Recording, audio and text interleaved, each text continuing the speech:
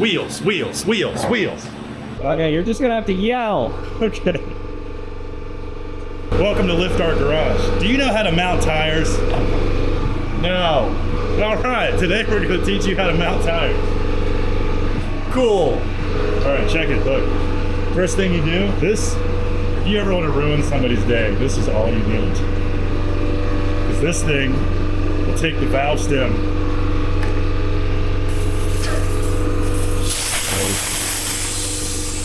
Cool. And then you just walk away and their tire will split. Can I borrow that? Yeah. Isn't that great? So first thing you do, obviously, is get the air out. And then you got to break the bead. So you can see, the bead of the weak tire is tucked in behind this face of the wheel. This whole deal, this is a tire mounting machine. And it's all run by air. It's pneumatic. So this paddle over here is air powered, and it'll push the bead of the wheel, bead of the tire off the wheel. And so you just go around. And this is how every tire machine works. So when you get your tires changed, this is what they do. And that peels it off. And see, now there's a gap. So now you do it on the other side. So essentially that rubber is just stuck inside like a groove. Yeah, so the outer part of the wheel is the widest, and then the inside it drops down. I'll show you. These are really cheap wheels. So then most wheels, regular wheels, you just put it up here. And so this is a pneumatically operated clamp. You set your tire there, push and let go, and they spread out and bite. So now that thing's mounted. And so you want to push this down. So you see the wheel goes in below that. So you want to make sure the tire is down in that groove. And then this little arm gets positioned on the rim. Push it down. You kind of keep it off just a bit. Push it down to lock it in. And now, take this paddle, push it in like that, and come around this side and push this tire down in that groove, which allows it to move that way. And now I can peel it up over here. Now you just hit the rotate.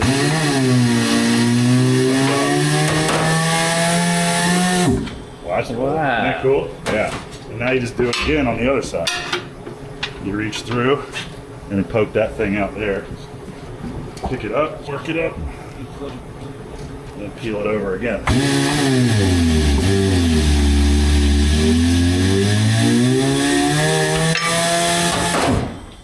That's really cool. That is cool. Isn't that cool? Yeah. So that's the bead of the tire. There's a steel cable inside right here, which allows it to, keeps it on the wheel. So then, you grab your new tire, put some cheap old acceleras on here. This is for your drift car, right? Yeah. These are gonna get murdered. So tires are either directional, and you'll see a rotation arrow, or they're unidirectional, like these are, and you just look for. This says inside here, so put this side outside. And so this is where the lube comes in.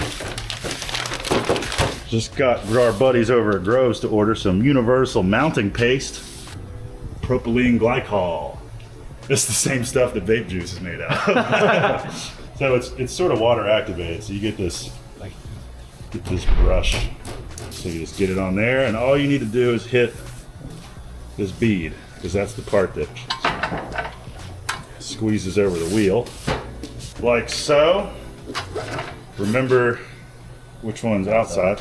So sometimes, and Aaron, this one has a sensor. That's what a TPS sensor looks like. Cool. But sometimes you can get the first bead on by pushing. Yeah, not quite. You did say sometimes. I said sometimes. So you just bring this guy back over and lock it back, and now you tuck it underneath. Use the other side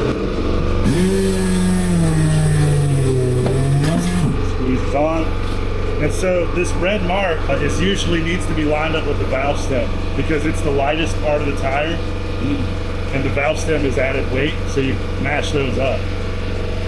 So you rotate this around, and depending on the wheel, you may still be able to rotate it once the second bead is on, but sometimes, like on these stained wheels, these things have this lip right here that meant to keep the tire on, keeps it from debeading. These are motorsports wheels.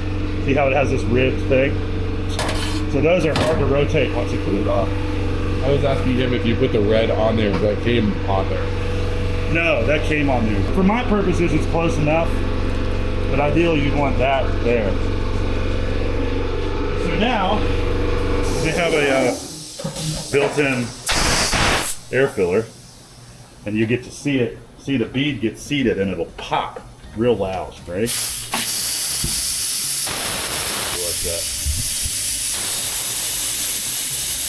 So the air is actually forcing. There it is. And so you can look here. I go for like 30-ish PSI. But sometimes you may need to go higher first to seat the bead and then let it out. But I think I'm seated all the way. Yeah. So now, you hold that. Now you just preload your valve stem screwdriver. With that, you're going to lose some air, so I usually overfill it a little bit. All right, I got it. Pull it off. Put that in there. Put your valve stem cap back on. And then undo the clamps. Cool. Wow. Cool, right? Yeah. Is there a reason you can't put on the valve stem before refilling it up? You can. It's just when the valve stem's out, air goes in there faster. Just faster, right? Yeah. And this thing, if you press this thing down all the way, shoots air. If you're having a hard time seating a tire, Party mode. it's got air jets that shoot in there, and the sudden inrush of air sometimes will pop the tire back out on the bead. If you're stretching a narrow tire on a wide wheel, sometimes you can use that. Why would you do that? Fitment. There you go. Cool. That's how you mount a cheap Chinese tire on a cheap Chinese wheel. Cool. All right. That was neat. That was neat. All right, Spike, you're up. All right, nope, I'm American. I'm just kidding. Unless you wanted to. Nope. Yeah.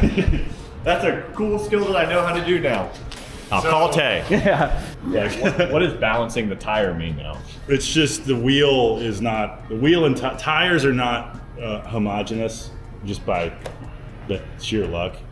And wheels, because of valve stems or things being worn away on them, are not balanced either. So when you put the tire on and mount it and inflate it and take the sticker off, you put it on a rotational balancer that senses any sort of axial loads.